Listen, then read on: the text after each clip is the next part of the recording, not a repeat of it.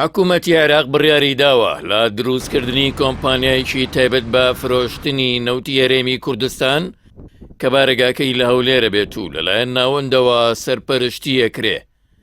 بە پێی نووسراوێکی نهێنی کە وەزارەتی نەوتی عێراق لە 5,000 ڕاستی حکوومەتی هەرێمی کوردستانی کردووە، ڕاگەێنێ پشت بەس بە بڕیاری دادگای فیدراڵی ژمارە 59 ساڵی 2012 و پەخستنی بڕیارەکە لە 2019 و دەرچوونی لە 15/2/2022 داواکات هەرێم نوێنەرانی خۆی دیاری بکات بۆ بەشداربوون لە جێبەجێکردنی بڕیارەکانی و دیاریکردنی مافەکانی وەزارەتی نەوت لەو هاوبەشیەدا. هاوکات وەزارەتی نەوتی عێراق لە 24 مانگدا نووسراوێکی دیکەی ئاراستەی حکوومەتی هەرێم کردووە لەبەر ڕۆژنایی جێبەجێکردنی بڕیارەکانی دادگای فیدراڵی لەبارەی نەوت و گازی هەرێم. داوا کراوە لە ماوەی 15 ڕۆژدا کۆپی سەرجەمگرێ بە سەنەوتیەکان کە لە 2004ەوە ئەنجام دراون لەگەڵ تۆماری فرۆشیە ناردەی نەوت ڕادەست بکات.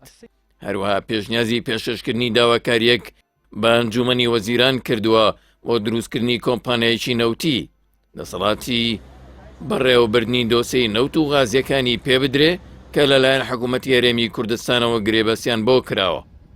بە پێ و نووسراوە ئاماج لە وەنگاوە بریتین لەوەی سەرجەم ماف و پابەندیەکانی ئەو ڕێکەوتن گورێبەسانەی پێشتر حکوومەتی هەرێم کردوویەتی دەگوازێتەوە بۆ سەرناوی خۆی لەگەڵ بەدیهێنانی سەرمایە گوزاری زیاتر لە سامانی نەوتدا لە ڕێگەی کەمکردنەوەی خەرجیەوە بەرێنان و بەڕێوەبردنی باشتری چێلگەکانی نەوت و غاز و زیادکردنی داهاتی هەناردەکردن. هاوکات وەزارەتی نەوتی عێراق دەڵێت پێویستە کۆمپانیایکی نەوت دروست بکرێ بۆ بەڕێوەبردنی دۆسەی نەوتی هەرێم. پێشنیازیشی کردووە کۆمپانیاکە ناوی بنرێت KROC و لە ژێر چاودێری دیوانی چاودێری عێراقی بێت و لەلایەن حکوومەتی فیدراڵی خاوەندارەتی دەکرێ، بەڵام بارگاکەی لە هەولێرە بێ.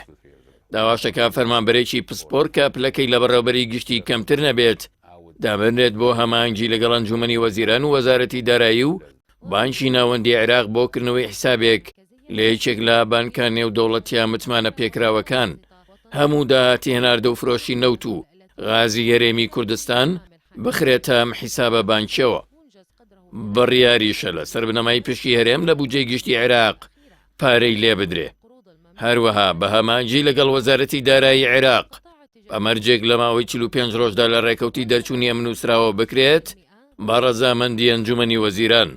لە کۆتاییدا جەختەکاتەوە هەموو ئەو ڕێوشوێنانەی لەم نووسراوەدا هاتوون وەکو سیاسەتێکی نوێ بۆ ئایندە و هەموولایەنە پەیوەندیدارەکان پابەندبوونیان دەکەوێتە ئەستۆ. ئەمە یەکەم هەنگاوی کردداری حکوومەتی عێراقە بۆ جێبەجێکردنی بڕیارەکەی دادگای فیدراڵی لەبارەی دۆسەی نەوت و غازی هەرێمی کوردستانەوە.